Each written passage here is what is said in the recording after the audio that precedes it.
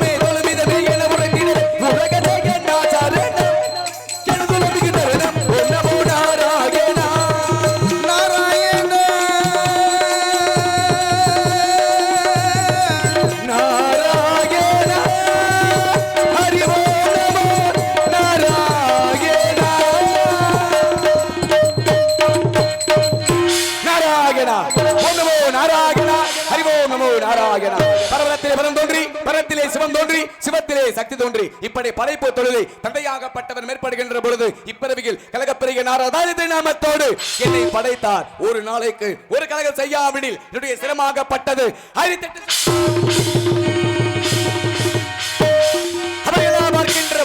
குறிஞ்சி முல்லை மருதம் நீதல் பாலை என்று சொல்லக்கூடிய இந்த ஐவகை நிலங்களிலே இன்றைக்கு நான் வந்திருக்கக்கூடிய இந்த இடமோ குறிஞ்சி நிலம். இந்த குறிஞ்சி நிலத்திலே குடிகொண்டிருக்கக்கூடியது யாரு அப்படின்னா முருகப்பெருமான். அப்படி இருந்துட்டாலும் எல்லாவற்றிற்கும் யாரு அப்படின்னா விநாயகப் பெருமான். பாலும் தெளிது என்னும் பாகம் பருப்பவை நாலு கலந்து உனக்கு நான் தருவேன். கோலம் செய் துங்க கரிமுகத்தை தூமணியே நீ எனக்கு சங்க தமிழ் ஒன்றும் என்ற கவிக்கு இணங்க இதுவரையிலும் நமது கழகத்திற்கு ஏதேனும் ஒரு வழியாகப்பட்டது கிடைக்கவில்லை. அப்படி கழகத்திற்கு வழி கிடைக்க வேண்டும் என்று சொன்னால் இந்நிடத்திலே அந்த கணபதியை வணங்க வேண்டும். அப்படிங்கிறதுனாலே அந்த பிள்ளையாரை வணங்கிவிட்டு அதற்கு அடுத்தபடியாக இந்நிடத்தை பார்க்கலாம் என்பதாலே அந்த பிள்ளையார்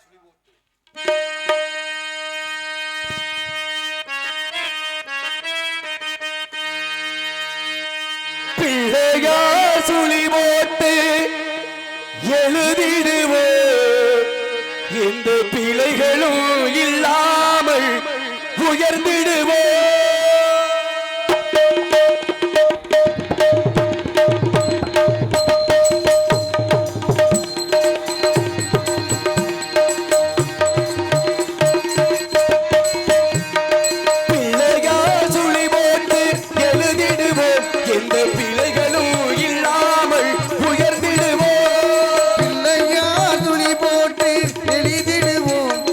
பிள்ளைகளும் இல்லாமல் உயர்ந்திடுவோம்.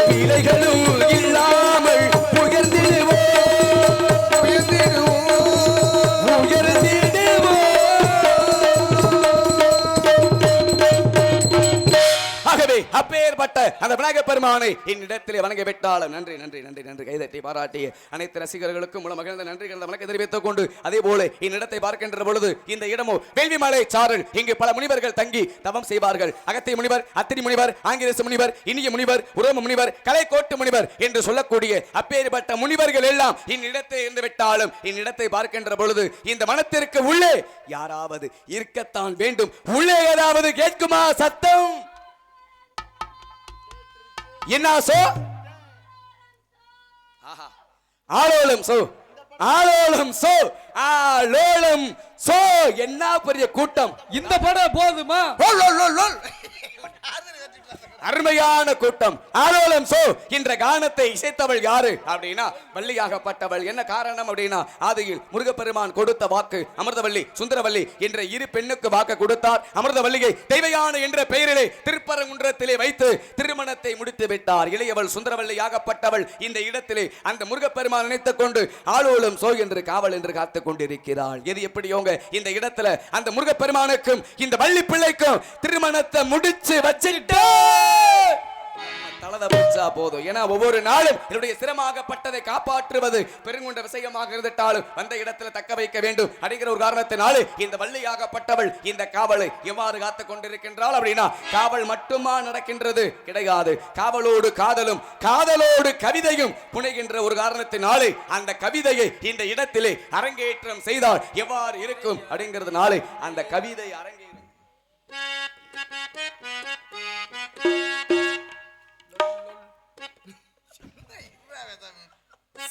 சசகணி சபாணி சாசா சம சம பனி சபாணி சாசா நிசலி சசலி சபாணி பாதமபா மம கம பகம கமனி பகாரி சானி சப்த ஸ்வரவேரி உணரு இனி எண்ணில் மறுராண மருளு நீ அழகில் மாமனாவில் வாழு என் கழிவில் ஒளி தீபம் ஏற்று கவிதை அரங்கேறும் நேரம் மலர் கணைகள் பரிமாறும் வேகம் இனி நாளும் கல்யாண ராகம் இந்த நினைவு சங்கீதமாகும் கவிதை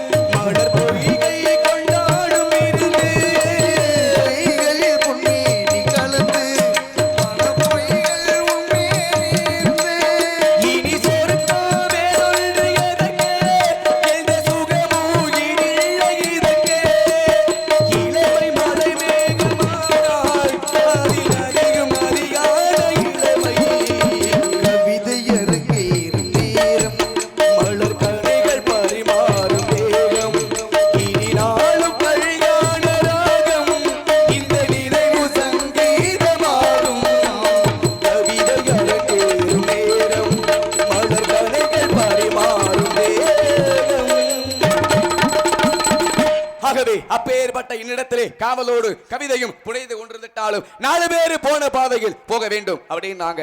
அப்பர், சுந்தரர், மாணிக்க வாசகர், திருஞான சம்பந்தர் 4 பேரும் மெச்ச வாழ வேண்டும் அப்படின்னா மாதா பிதா குரு தெய்வம் தன்னை 10 மாதம் 300 நாள் சுமந்து இந்த உலகத்திற்கு நம்மை முதலாக கொண்டு வந்தவள் யாரு அப்படின்னா நம்மை பெற்ற தாயாகப்பட்டவள் அன்னவளை தான் முதலாக வணங்க வேண்டும் அப்படின்னு சொன்னாங்க. இன்னைக்கு பெத்த தாயை வணங்குறது என்ன நினைப்பது கூட கிடையாது. அம்மா உயிரோடு இருக்கும் பொழுது 5 ரூபாய்க்கு வடை வாங்கி கொடுக்க மாட்டேன், ஆனா இறந்த பிறகு 10,000 ரூபாய்க்கு வெடி வாங்கி வெடிப்பது உண்டு. அதே போல உயிரோடு இருக்கும் பொழுது ஒரு சோறு போட்டு கொடுக்காதவள் இறந்த பிறகு கோவிலுக்கு 4 கிடாயை வெட்டி அன்னதானம் செய்வோம். அப்ப இதுல எல்லாம் வந்து பார்த்தோம் அப்படின்னா புண்ணியம் கிடைக்குமா அப்படின்னா ஒருபோதும் கிடைக்காது. அதற்கு அடுத்தபடியாக யாரை வணங்க வேண்டும் அப்படின்னா தந்தை என்று சொல்லக்கூடிய அப்பாவை வணங்க வேண்டும் அப்படின்னு சொன்னாங்க. ஒருத்தர் 16 வயசுல வேலைக்கு போறேன் அப்படின்னா அவனுக்கு அப்பா சரியில்லைன்னு அர்த்தம். ஒருத்தர் 60 வயசுல வேலைக்கு போறாரு அப்படின்னா அவருக்கு பிள்ளை சரியில்லைன்னு அர்த்தம். அப்ப ஒரு நல்வழியில் நடத்தக்கூடியவர் யாரு அப்படின்னா அவரே தந்தையாகப்பட்டவர். 3வது இடத்துல குரு, 4வது இடத்துல தான் தெய்வத்தை வச்சிருக்காங்க. அப்ப 3வது இடத்துல இருக்கக்கூடிய குருவாகப்பட்டவர். ஏன்னா இதுதான் உலகம் என்று எடுத்து காட்டக்கூடியவர் தந்தை. அந்த உலகத்திற்கு நம்ம எடுத்து காட்டக்கூடியவர் யாரு அப்படின்னா அவர் தான் கற்றுக் கொடுத்த ஆசான் என்று சொல்லக்கூடியவர். அப்ப தாயை கொண்டு வந்து முதலாக வைத்து தெய்வத்தை கொண்டு போய் கடைசியாக வைத்தாங்க. ஏன்னா அதனால நம்முடைய நாட்டை வந்து எல்லோருமே தாய் நாடு அப்படின்னு சொல்றோம். ஏன்னா இந்த பூலோகத்திலே கருவறை அப்படிங்கிறது 2 இடத்துல மட்டுமே உண்டு. முதல் கருவறை எங்கே உள்ளது அப்படின்னா ஒவ்வொரு இடத்திலையும் தெய்வம் குடிகொண்டிருக்கக்கூடிய இடம், அதற்கு பேரு கருவறைன்னு பேரு. 2வது கருவறை எங்கே உள்ளது அப்படின்னா ஒவ்வொரு பெண்ணினுடைய வயிற்றில் உண்டு கருவறை என்று சொன்னாங்க. அப்ப தாய்க்கு நிகரான தெய்வம் இந்த மண்ணிலே உண்டா அப்படி கேட்டால் ஒருபோதும் கிடையவே கிடையாது. ஏன்னா எல்லோருமே ஒரு தாயாகப்பட்டவள் 10 பிள்ளையை பெற்று கூட பசி இல்லாமல் வளர்த்து விடுவாள். ஆனால் கடைசி காலத்துல இந்த 10 பிள்ளையும் சேர்ந்து அந்த ஒத்த தாய்க்கு ஒரு சோறு போட மாட்டான். இது வரமா அல்லது சாபமா அப்படிங்கிற கணக்கு உண்டு. ஏன்னா 10 தாய் இருந்தாலுமே பெத்த தாய்க்கு நிகர் ஆகுமா அப்படி கேட்டால் ஒருபோதும் ஆகவே ஆகாது. அப்ப எல்லோருமே தாய்க்குத்தான் முதலிடத்தை கொடுத்தார்கள். ஆனால் ஒருவர் மட்டுமே தந்தைக்கு முதலிடத்தை கொடுத்தார். யாரு அப்படின்னா எட்டயபுரம் மண்ணிலே பிறந்து தலையில் முண்டாசு கட்டிய கவி பாரதியார் என்று சொல்லக்கூடியவர். செந்தமிழ் நாடு என்னும் போதினிலே இன்ப தேன் வந்து பாகியது காதினிலே, எங்கள் தந்தையர் நாடு என்ற பேச்சினிலே ஒரு சக்தி பிறக்குது மூச்சினிலே அப்படின்னு அவர் பிறந்த மண்ணுக்கு அவர் பெருமை சேர்த்தது உண்டு. அதே போல நம் நாட்டுக்கே பெருமை சேர்த்தவர் யாரு அப்படின்னா ராமநாதபுரம் மாவட்டம் அந்த ராமேஸ்வரத்திலே பிறந்த டாக்டர் APJ அப்துல் கலாம் ஐயா அவர்கள். நன்றி நன்றி. இவர்கள் எல்லாம் மனிதர்கள் கிடையாது, மனிதனாக பிறந்த தெய்வம் அப்படின்னாங்க. ஏன்னா அப்துல் கலாம் ஐயா அவர்கள் வந்து இஸ்லாமியர் மதத்தை சார்ந்தவங்க, அல்லாஹ்வை கும்பிடக்கூடியவங்க, சாமி கும்பிட மாட்டாங்க. அது எல்லோருக்கும் தெரிஞ்ச ஒரு விஷயம். அப்படி இருந்துட்டாலுமே நம்ம இந்து மதத்துக்கு சம்பந்தப்பட்ட ஒரு மாரியம்மனுடைய கோவிலுக்குள்ள போறாரு யாரு அப்துல் கலாம் ஐயா. அப்படி மாரியம்மன் கோவிலுக்குள்ளே செல்கின்ற பொழுது அவதான் மாரியம்மன் கோவில் இருக்கக்கூடிய அர்ச்சகர் கேட்கிறார், ஐயா நீங்க சாமி கும்பிட மாட்டீங்க, பிறகு எதற்காக ஐயா கோவிலுக்குள்ள வந்தீங்க அப்படி கேட்கும் பொழுது அவதான் அவர் சொல்றாரு, ஏப்பா எம்மதமும் சம்மதம் அப்படின்னு தோணுச்சு, அதனால கோவிலுக்குள்ள வந்தேன், இதுல என்னப்பா தவறு அப்படி கேட்ட உடனே அதற்கு அடுத்தபடியாக அவர் சொல்றாரு, சரிங்க ஏன் கோவிலுக்குள்ள வர மாட்டீங்க, ஆனா வந்துட்டீங்க, உங்க பெயருக்கு ஒரு அர்ச்சனை பண்றியா அப்படின்னாரு. ஏன்னா அர்ச்சனை அப்படின்னா என்னன்னு இவருக்கு தெரியாது. அவதான் கேட்கிறாரு, ஏப்பா அர்ச்சனை பண்றேன் அப்படின்னு சொன்னீங்க, அதனால கிடைக்கக்கூடிய நன்மைகள் என்ன அப்படி கேட்கும் பொழுது அவதான் அவர் சொல்றாரு, ஐயா எந்த பெயருக்கு அர்ச்சனை பண்றோமோ அவங்க எந்த குறையுமே இல்லாமல் இருப்பாங்க அப்படிங்கிறது எங்க இந்து மதத்தினுடைய சாஸ்திரம், அதனால உங்க பெயருக்கு ஒரு அர்ச்சனை பண்றியா அப்படி சொன்ன உடனே அவதான் ஐயா சொல்றாரு, அப்படியாப்பா அப்ப எந்த பெயருக்கு அர்ச்சனை பண்றோமோ அவங்க எந்த குறையுமே இல்லாமல் இருப்பாங்க அப்படின்னு நீ சொல்ற, அதனால என் பேருக்கு நீ அர்ச்சனை பண்ண வேண்டாம், இந்தியாங்கிற பேருக்கு நீ அர்ச்சனை பண்ணு. காரணம் என்ன, என்னுடைய கனவு லட்சியம் எல்லாமே என் இந்திய மக்கள் எந்த குறையும் இல்லாமல் இருக்க வேண்டும். அப்ப பாருங்க, தனக்காக வாழவில்லை, தன் குடும்பத்திற்காக வாழவில்லை, நமக்காக நம் நாட்டுக்காக என ஜாதி மதம் இனம் குலம் அதற்கெல்லாம் அப்பாற்பட்டு பிறந்து அப்பாற்பட்டு வாழ்ந்து மறைந்து விட்டார். இருந்துட்டாலும் இடத்திலே இந்த நல்லவர்களை எல்லாம் பார்க்கின்ற பொழுது எனது உள்ளமாகப்பட்டது எவ்வாறு மகிழ்ந்து கொண்டிருக்கின்றது அப்படின்னா அப்படியே அதாவது நீங்க சொன்ன விஷயங்கள் அனைத்துமே உண்மையான விஷயம். என் வாழ்க்கையில என்னன்னா உடலும் உயிரும் கொடுத்தது அம்மா அப்பான்னா எனக்கு வாழ்க்கை கொடுத்தது என்னோட நண்பர்கள். ஏன்னா ஒரு நேரத்துல வள்ளுவராகப்பட்டவர் கூட ஏன்னா அந்த நண்பராகப்பட்டவர் வந்து சரியான நிலையில இருக்க வேண்டும் அப்படின்னா, ஏன்னா சேரக்கூடிய ஆளோடு விதம் தெரிந்து சேர வேண்டும், பிரியக்கூடிய விதம் தெரிந்து பிரிய வேண்டும் அப்படின்னா, அப்ப நண்பர்கள் கூட யாரு நல்லவங்க யாரு கெட்டவங்க அப்படின்னு அறிந்து புரிந்து செயல்பட்டு சேர்க்கை சரியில்லைன்னு வைங்க. நண்பர்கள் என்றாவே நல்லவர்கள் தானே, அப்படி சொல்ல அதுல என்ன நல்ல நண்பன் கெட்ட நண்பன் அப்படி கிடையாது. நண்பர்கள் என்றாலே நல்லவர்கள் தான். ஆனா உள்ள இருக்கக்கூடிய எண்ணமாகப்பட்டது எவ்வாறு இருக்கின்றது? சில பேர் என்ன செய்ய தெரியுமா, நல்லவங்க மாதிரி நண்பர்கள் மாதிரியே பழகுவாங்க. ஆனா அவரை எப்படியாவது வீழ்த்தணும், எப்படியாவது தாழ்த்தணும் அப்படிங்கிற ஒரு எண்ணமாகப்பட்டது மனதில் ஓடிக்கொண்டு இருக்கும். ஏன்னா வள்ளுவர் அழகா சொல்லி வச்சாரு, அன்றைக்கு உள்ள காலகட்டத்தின்படி உள்ளக்கூடிய நண்பர்கள் வேறு, இன்னைக்கு உள்ள காலகட்டத்தின்படி உள்ளது வேறு. ஆனால் எக்காலத்திலையுமே நண்பன் அப்படின்னாலே மனசுல சூது வினயம் வஞ்சம் இது எல்லாமே இருந்து உண்மையாக பழகுனா மட்டும்தான் நண்பன். இதெல்லாம் உள்ள வச்சுக்கிட்டு பார்க்கும்போது ஐயா சாமிங்கிறது அப்படியே சும்மா நடிப்பாங்க. இல்லாத பொழுது ஏளனமாக பேசுவது அப்படி இருந்தால் அது உண்மையான நண்பனுக்கு அடையாளம் கிடையாது, அர்த்தம் கிடையாது. அதனாலே இந்த நல்லவர்களை எல்லாம் பார்க்கின்ற பொழுது எனது உள்ளமாகப்பட்டது எவ்வாறு மகிழ்ந்து கொண்டிருக்கின்றது அப்படின்னா,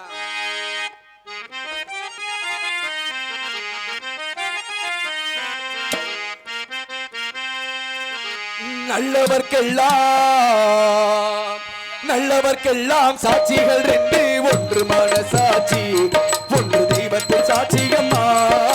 நம்பிக்கை வைத்து கண்ணையும் பார்த்தால் தெய்வத்தின் காட்சியம்மா, அதுதான் உள்ளத்தின் காட்சியம்மா, அதுதான் உண்மைக்கும் சாட்சியம்மா.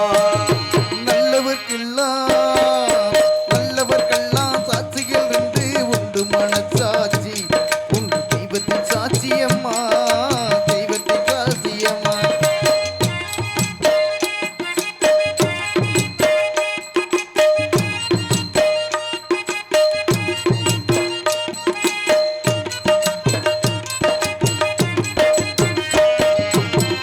நதி வெள்ளம் காய்ந்து விட்டால் நதி செய்த குற்றம் இல்லை, விதி செய்த குற்றம் அன்றி வேறு யாரம்மா. நதி வெள்ளம் சாய்ந்து விட்டால் நதி செய்த குற்றம் இல்லை, விதி செய்த குற்றம் இங்கு வேறு யாரம்மா. பறவைகளே பதில் சொல்லுங்கள், பறவைகளே பதில் சொல்லுங்கள். மனிதர்கள் மயங்கும் போது நீங்கள் பேசுங்கள், மனதுக்குள் மனது கொஞ்சம் தூது செல்லுங்கள். நல்லவர்க்கெல்லாம் இந்த நல்லவர்க்கெல்லாம் சாட்சிகள் ரெண்டு, ஒன்று மனசாட்சி, ஒன்று தெய்வத்தின் சாட்சியம்மா, தெய்வத்தின் சாட்சியம்மா.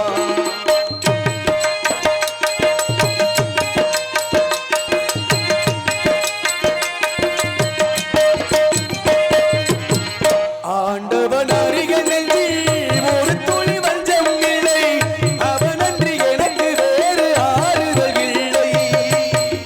ஆண்டவன் அரியணையில் ஒரு துளி வஞ்சம் இல்லை, அவனுக்கு எனக்கு வேறு ஆறுதல் இல்லை. மனிதனம்மா மயங்குகிறேன், மனிதனமா மயங்குகிறேன். தவறுக்கு துணிந்த மனிதன் அழுவதில்லையே, தவறியும் வானம் மண்ணில் விழுவதில்லை. நல்லவர்க்கெல்லாம் இந்த நல்லவர்க்கெல்லாம் சாட்சிகள் ரெண்டு, ஒன்று மனசாட்சி, ஒன்று தெய்வத்தின் சாட்சியம்மா. நம்பிக்கை வைத்து கல்லையும் பார்த்தால் தெய்வத்தின் காட்சியம்மா, அதுதான் உள்ளத்தின் காட்சியம்மா, அதுதான் உண்மைக்கும் சாட்சியம்மா.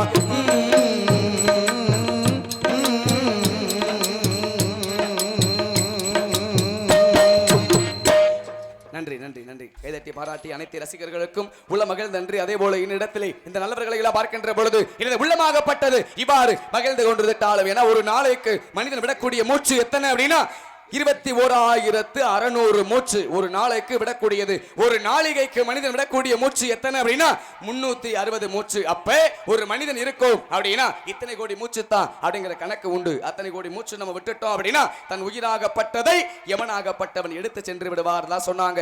ஆடை அடங்கும் வாழ்க்கையடா ஆறடி நிலைமை சொந்தமடா அப்படி சொல்லி வைத்தது உண்டு. ஏன்னா இந்த உடம்பு அப்படிங்கிறது ஒரு வாடகை வீடு மாதிரி. இந்த வாடகை வீட்டுல உயிர் கொஞ்ச நாள் தங்கிட்டு போகும், அதுதான் வாழ்க்கை. அதுங்கள பார்த்தா எனக்கு அவரை தெரியும், எனக்கு இவரை தெரியும், நான் அங்க போய் அதை செய்வேன், இங்க போய் இதை செய்வேன் அப்படின்னு மனிதன் என்று சொன்னாலே மிக மிக ஆணவம் படைத்தவன் அப்படின்னு சொல்லுவாங்க. ஏன்னா ஒரு மனிதனுக்கு ஆணவம் அப்படிங்கிறது எப்பொழுது அதிகமாக வரும் என்று கேட்டால், எவன் ஒருவன் இடத்திலே செல்வங்கள் அதிகமாக சேர்கின்றதோ அவன் இடத்திலே ஆணவம் அதிகமாக சேர்ந்துவிடும் அப்படி சொல்லி வைத்தது உண்டு. அதே போல மனிதனுக்கு பிறப்பு என்பது தெரியும், இறப்பு என்பதும் தெரியும். ஆனால் எப்ப எந்த ஒரு சூழ்நிலையில் மனிதன் இறப்போம் அப்படிங்கிறது மட்டும் யாருக்குமே தெரியாது. அதனால சொன்னாங்க, சாகக்கூடிய நாள் தெரிஞ்சிருச்சு அப்படின்னா வாழக்கூடிய நாள் நரகம் என்று சொல்லி வைத்தது உண்டு. அதே போல அந்த மனிதனுக்கு எல்லாமே தெரிஞ்சிருந்தாலும் இந்த ஒன்று மட்டும் தெரியவில்லை அப்படிங்கிறதுனாலே அந்த மனிதன் எல்லாம் தெரிந்து கொண்டான்.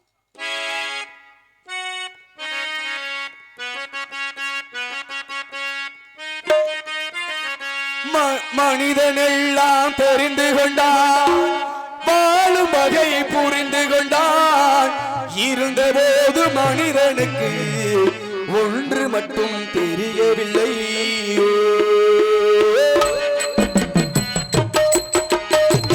மனிதன் எல்லாம் தெரிந்து கொண்டான், வாழும் வகையை புரிந்து கொண்டான். இருந்தபோது மனிதனுக்கு ஒன்று மட்டும் தெரியவில்லை.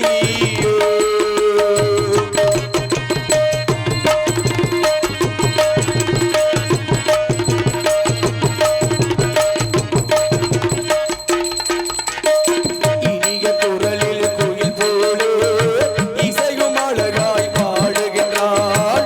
எருதுகள் போல வண்டிகளை இழுத்துக் கொண்டு ஓடுகின்றாள். இனிய குரலில் இசையோடே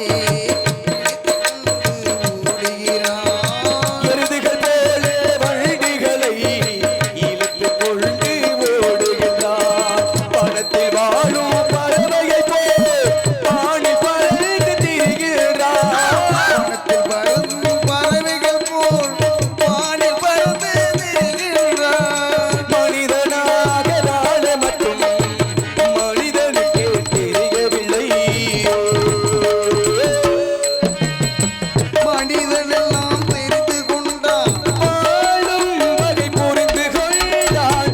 இருந்தபோது மனிதனுக்கு ஒன்று மட்டும் தெரியவில்லை.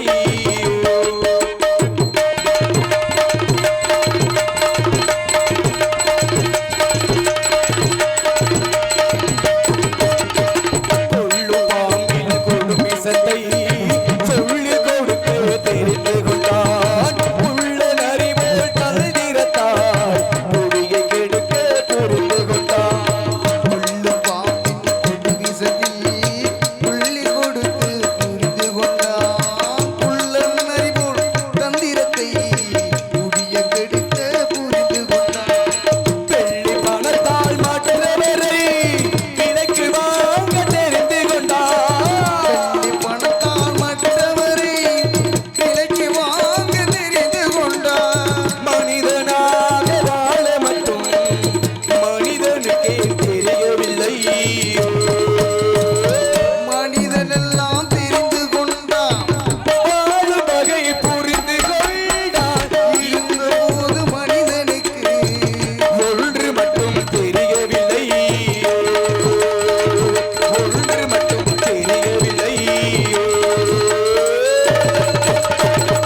ஆகவே அந்த மனிதனுக்கு எல்லாமே தெரிஞ்சிருந்தாலும் இந்த ஒன்று மட்டும் தெரியவில்லை அப்படிங்கறதை பார்க்கும் பொழுது, ஏன்னா எல்லா மனிதனுக்குமே எல்லாமே தெரிஞ்சுவிடும் அப்படின்னு சொல்லிவிட முடியாததா சொன்னாங்க. ஏன்னா மண்ணாண்டவர் கோடி மலையாண்டவர் கோடி என முடிசூடு மன்னனாக இருந்தாலுமே கடைசியில அதுதான் அதுக்குள்ள மனிதக்குடன் மனிதாகப்பட்டவன் ஆடக்கூடிய ஆட்டமாகப்பட்டது இந்த மண்ணு எனக்கு சொந்தம், இந்த மண்ணு எனக்கு சொந்தம் அப்படின்னு ஒருவன் சொல்கின்ற பொழுது அவதான் இந்த மண்ணாகப்பட்டது அந்த மனிதனை பார்த்து சொன்னது, எந்த மண்ணு உனக்கு சொந்தம் கிடையாது அப்படி சொல்லி வைக்கும் பொழுது, ஏன்னா 6 அடி நிலம் நமக்கு சொந்தம் அப்படின்னு சொல்றோம், அந்த 6 அடி நிலம் கூட நமக்கு சொந்தமே கிடையாது. இதுதான் மனிதனுடைய வாழ்க்கையாகப்பட்டது. ஏன்னா ஒரு நேரத்துல இந்த மண்ணோடு போராடி வெற்றி காணக்கூடியவன் யாரு அப்படின்னா விவசாயி தான். வள்ளுவராகப்பட்டவர் அழகாக சொல்லி வைத்தார். ஏன்னா உழுதுண்டு வாழ்வாரே வாழ்வார், மற்றவர்கள் எல்லாம் தொழுதுண்டு பின் செல்பவர் அப்படின்னு விவசாயி பின்னாடிதான் எல்லோருமே செல்ல வேண்டும் அப்படிங்கிற 1.25 அடியிலே உலகத்துல உள்ள அர்த்தங்களை எல்லாமே இந்த உலகத்திற்கு அழகாக சொல்லி வைத்தவர் யாரு அப்படின்னா அவர்தான் வள்ளுவராகப்பட்டவர். இப்படிதான் பாருங்க,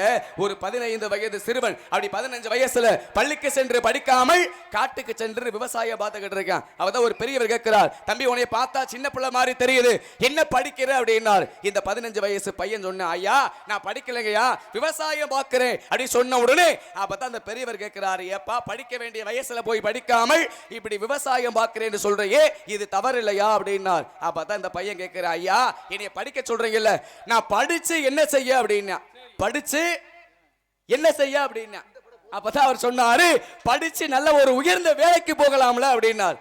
சரி உயர்ந்த வேலைக்கு போய் என்ன செய்ய அப்படின்னா, கை நிறைய சம்பாதிக்கலாம்ல அப்படின்னார். சரி கை நிறைய சம்பாரிச்சு என்ன செய்ய அப்படின்னா, ஆசைப்பட்டதை வாங்கி வயிறார சாப்பிடலாம்ல அப்படின்னார். அப்பதான் இந்த பையன் சொன்ன, ஐயா நான் மட்டும் படிச்சு உயர்ந்த வேலைக்கு போய் கை நிறைய சம்பாதித்து நான் ஒருவன் மட்டும் வயிறார சாப்பிட்றத பத்தி நீங்க பேசிக்கிட்டு இருக்கீங்க, ஆனால் உலகமே வயிறார சாப்பிடக்கூடிய தொழிலை நான் செஞ்சுக்கிட்டு இருக்கேன் அப்படி சொல்லி அந்த சின்ன பையன் சொன்னான். அதான் சொல்லுவாங்க, சிறியவர்கள் எல்லாம் சிறியவர்கள் அல்ல, பெரியவர்கள் எல்லாம் பெரியவர்கள் அல்ல, சிறியவர்களும் பெரியவர்கள் ஆகலாம், பெரியவர்களும் சிறியவர்கள் ஆகலாம். காரணம் அவங்க நடந்துக்கக்கூடிய தன்மையை பொறுத்து. அதே போல இந்த மண்ணில் பிறந்த மனிதனாகப்பட்டவள் எது வேண்டுமானாலும் இருந்தும் இல்லாமல் வாழ்ந்து விடலாம், ஆனால் ஒன்றே ஒன்று மட்டும் இல்லாமல் வாழவே முடியாது அப்படின்னு சொன்னாங்க. அந்த ஒன்று என்ன அப்படின்னா அதுதான் பணமாகப்பட்டது. இந்த பணம் இல்லை என்று சொன்னால் இந்த மண்ணில் எந்த ஒரு மனிதனுக்குமே மதிப்பே கிடையாது. அதனால பாருங்க, காசா லேசா லேசா காசா, கடைசியில அந்த காசா லேசா அப்படின்னா காசை முன்னுக்கு வச்சான், கடவுளே பின்னுக்கு வச்சான். பணக்காரனுடைய மகள்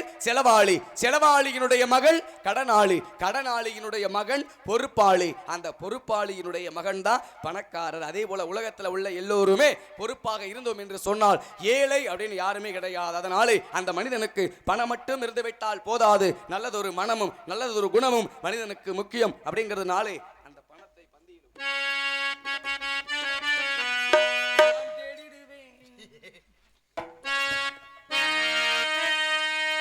பணபந்திகளே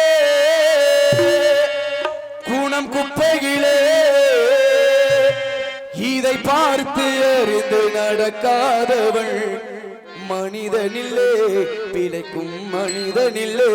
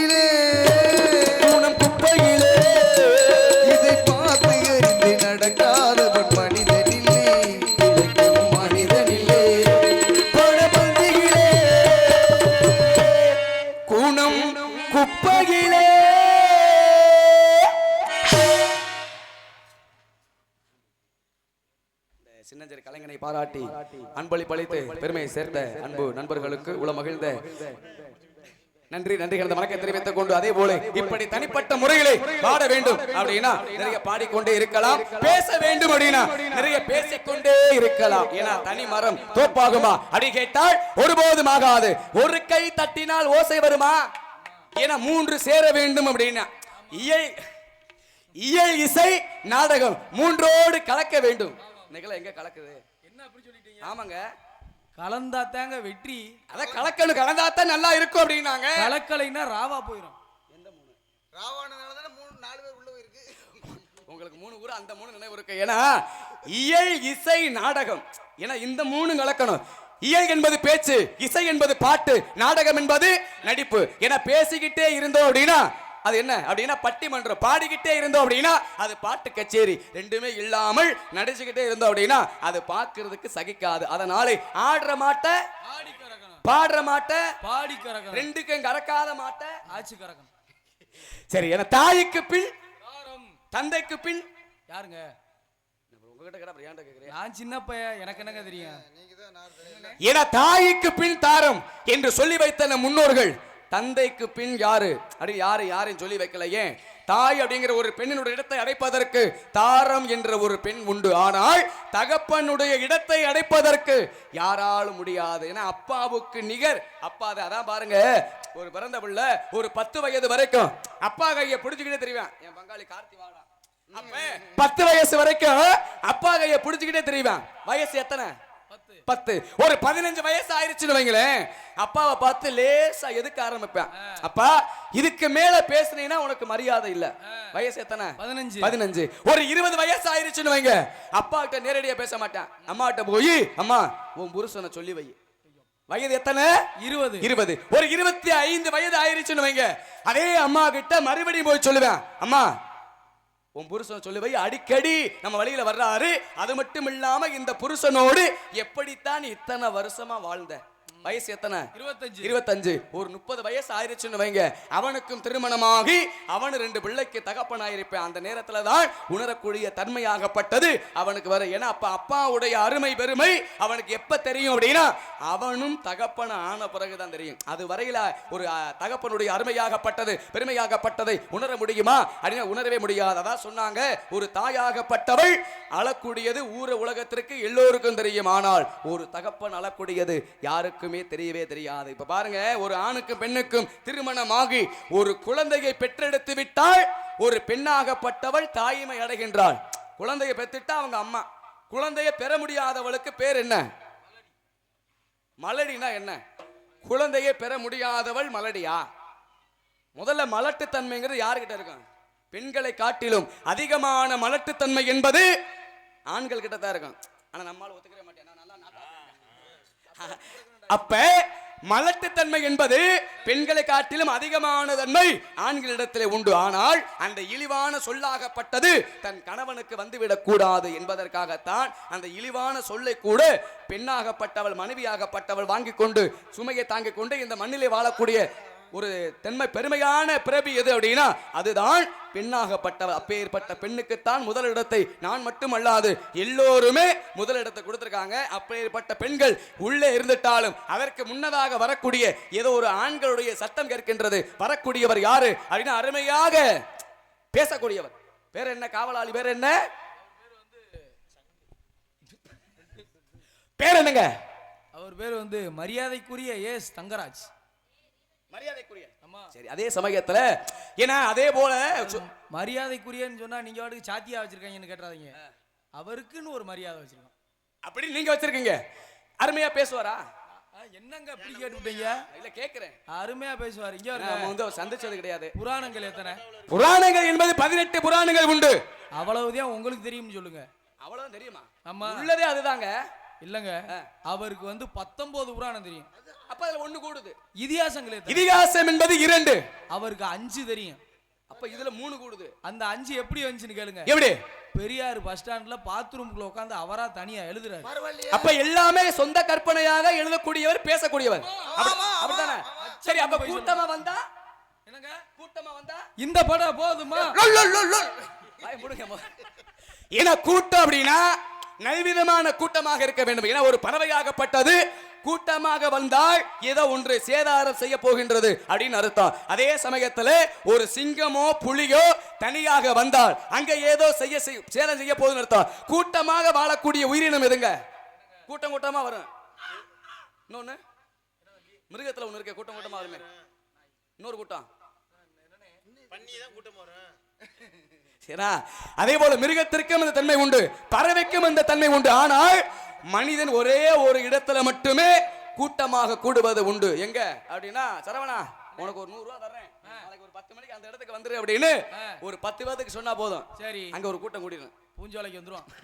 அப்ப எல்லாமே மனிதனாகப்பட்டவன் கூட்டம் கூடுறேன் அப்படின்னா அங்கே பணமாகப்பட்டதுதான் பேசும். மனிதனாகப்பட்டவன் பேச வேண்டிய அவசியமே இல்லை. அதனாலே இந்த இடத்திலே வரக்கூடிய காவலாளியை எவ்வாறு பேசுகின்றார் அப்படிங்கறதை உரையாடலாம். அப்படிங்கிறதுனாலே அந்த சுந்தரத்தை பாடிவிட்டு சுந்தரிந்து தது போச்சிருந்த மங்கை இவள், சுந்தரமிருந்து இந்த பொங்கிருந்த மங்கை இவள், இந்த உலகிங்கு என்பதா